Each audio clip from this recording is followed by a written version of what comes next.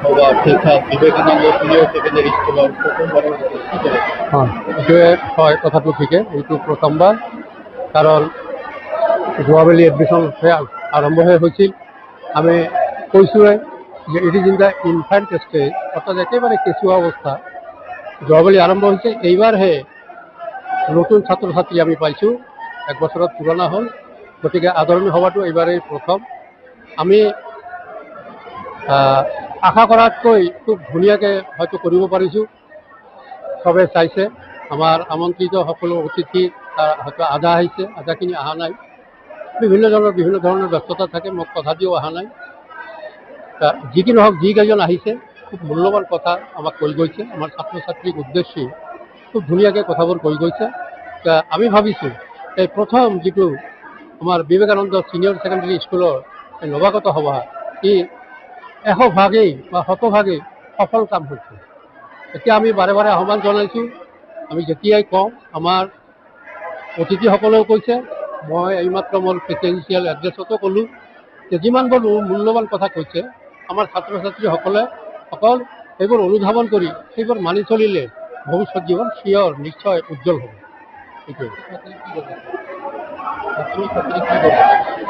ছাত্ৰ ছাত্ৰীৰ কাৰণে আমাৰতো সদায় আমি যিটো উপদেশ আমি দি থাকোঁ, আমি তোমালোকৰ কলেজত পাইছিলোঁ, তেতিয়াও কৈছোঁ।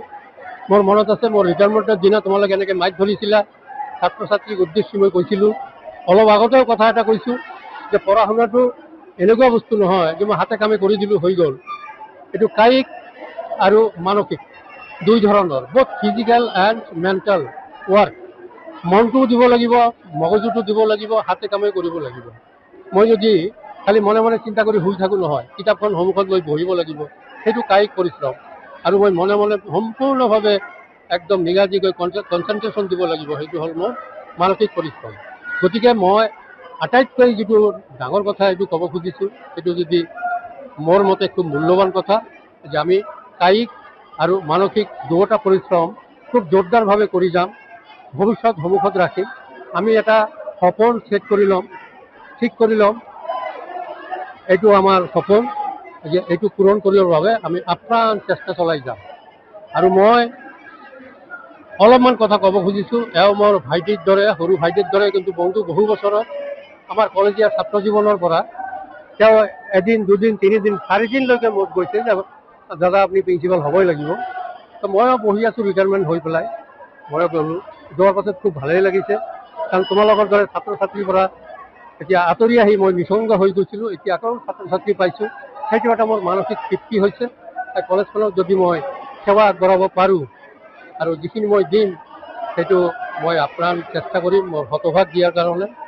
আৰু মোৰ প্ৰিন্সিপালৰ নাম শুনি মই বহুত জেগাৰ পৰা ফোনো পাইছোঁ, ছাৰ আপুনি প্ৰিন্সিপাল হৈছে বোলে? হয়, তেনেহ'লে আমি পজিটিভ থিংকিং কৰিম। বোলে ঠিক আছে, ভাল কথা। সেইটো মোৰ বাবে এটা শান্তি, মানসিক শান্তি যে ইমান আছে। গতিকে ছাত্ৰ ছাত্ৰীৰ পঢ়া শুনাৰ কোনো বিকল্প নাই, পঢ়া শুনা জোৰদাৰ কৰিবই লাগিব। আমি আপ্ৰাণ চেষ্টা কৰিম। ক্লাছত মই বাৰে বাৰে কওঁ যে যেতিয়ালৈকে নুবুজিবা তেতিয়ালৈকে স্বীকাৰ নকৰিবা যে বুজিছোঁ, কাৰণ এইটো নিজক থাকি দিয়া। যিদিনাখনো মিটিং হৈছিল আমাৰ, মই কৈছোঁ সেই এটাই মেছেজ মই সদায় দি থাকোঁ, এইটোৱে আটাইতকৈ মোৰ পৰা ডাঙৰ মেছেজ। আজি নৱাগত আদৰণি, অৰ্থাৎ বিবেকানন্দ ছিনিয়ৰ ছেকেণ্ডেৰী বিদ্যালয়খনৰ নৱাগত ছাত্ৰ ছাত্ৰী, জ্যেষ্ঠ ছাত্ৰ ছাত্ৰীসকলে আদৰণি দি আজি সভা অনুষ্ঠিত কৰিছে। সেই সভাত আমাৰ বিভিন্ন পৰ্যায়ৰ আমন্ত্ৰিত ব্যক্তি, সন্মানীয় বিশিষ্ট মুখ্য অতিথিজন অহাই নাই। য'ত সকলো ধৰণৰ আমন্ত্ৰিত ব্যক্তিসকলৰ মাজৰ ফালৰ পৰা বক্তব্যত তেওঁলোকে যি উপদেশ দাঙি ধৰিছে, তাৰ মাজতে এটাকৈ মন্তব্য তেওঁলোকে প্ৰকাশ কৰিছে যে ইয়াত যিকেইখন ইয়াৰ আগলৈকে নৱাগত আদৰণি সভা অনুষ্ঠিত কৰা হৈছিল, তাৰ ভিতৰত আপোনালোকৰ এই নতুনকৈ প্ৰতিস্থাপিত কৰা বিবেকানন্দ ছিনিয়ৰ ছেকেণ্ডেৰী স্কুলৰ ছাত্ৰ ছাত্ৰীসকলে কৰা সভাখন আটাইতকৈ ভাল হৈছে বুলি তেওঁলোকে মত প্ৰকাশ কৰিছে। আৰু সেই হেৰিতে তেওঁলোকে কৈছে যে এইখন বিদ্যালয়ত ছাত্ৰ ছাত্ৰীসকলৰ ভৱিষ্যত উজ্জ্বল হ'ব আৰু এইখন বিদ্যালয়ৰ পঢ়া শুনাও ভৱিষ্যতে ভাল হ'ব। যাৰ আৰম্ভণি ভাল তাৰ নিশ্চয় শেষও ভাল, এই কথাখিনি তেওঁলোকে প্ৰকাশ কৰিছে। আপোনালোকে আছিলে সকলো সাংবাদিক বন্ধুসকলে, মোৰ কথা নহয়, আপোনালোকে নিজৰ কাৰণে শুনা পাইছে। গতিকে আমি 100% 100% আমি ছাকচেছ হোৱা বুলি ভাবোঁ।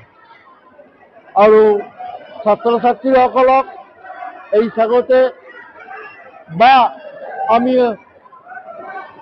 আমাৰ ধুবুৰী জিলা তথা গোটেই অসমৰ ছাত্ৰ ছাত্ৰীসকললৈ মই এটা মেছেজ দিব বিচাৰোঁ যে আমি এটা সৰু কথা পাওঁ, পঢ়া শুনা কৰিব লাগে।